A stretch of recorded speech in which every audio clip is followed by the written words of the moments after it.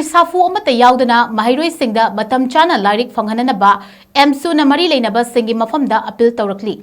MSUGI Secretary General S. Lanba Luwangna Kuyek Piduna Thadorakpa Cherol Amada Board of Secondary Education Manipur Bosem Amadi MARILEINABA Authority SINGGI MAPHAMDA Maheiroisingda Tamnagadaba Lairik Matam Chana Amadi Thintaba Taudana Phanghannaba Wafam Thamlakli. Amaromda hauzik thokliba Bosengi Lairik che nambagi wathok asi High Court of Manipur gi domainda laikibana maram oiraga nakal dagi fongdoknarakliba khudingmaksi prejudice oiba wafam ni haina MSU na lawi maram asina che supply taungnabagi thokliba wathok asida contractor singi lanai interested tungshinanaba manba amadi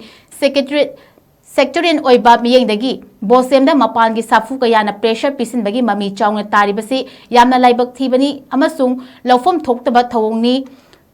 MSU na wathok asibu yamna hakchin na lawbaga loinana Bosemgi thokliba wathok asida akanba miyeng changlagani amasung Mapaan-Gi Shaaphu na chayetnaba thokhalliba sing maram oiraga Maheiroisingda Lairik Matam Chana Phanghalaktaba tarabadi MSU na Maheiroi khunai gi interest akanba khongthang kaya paikhatlagani haina cherol asina makhatari.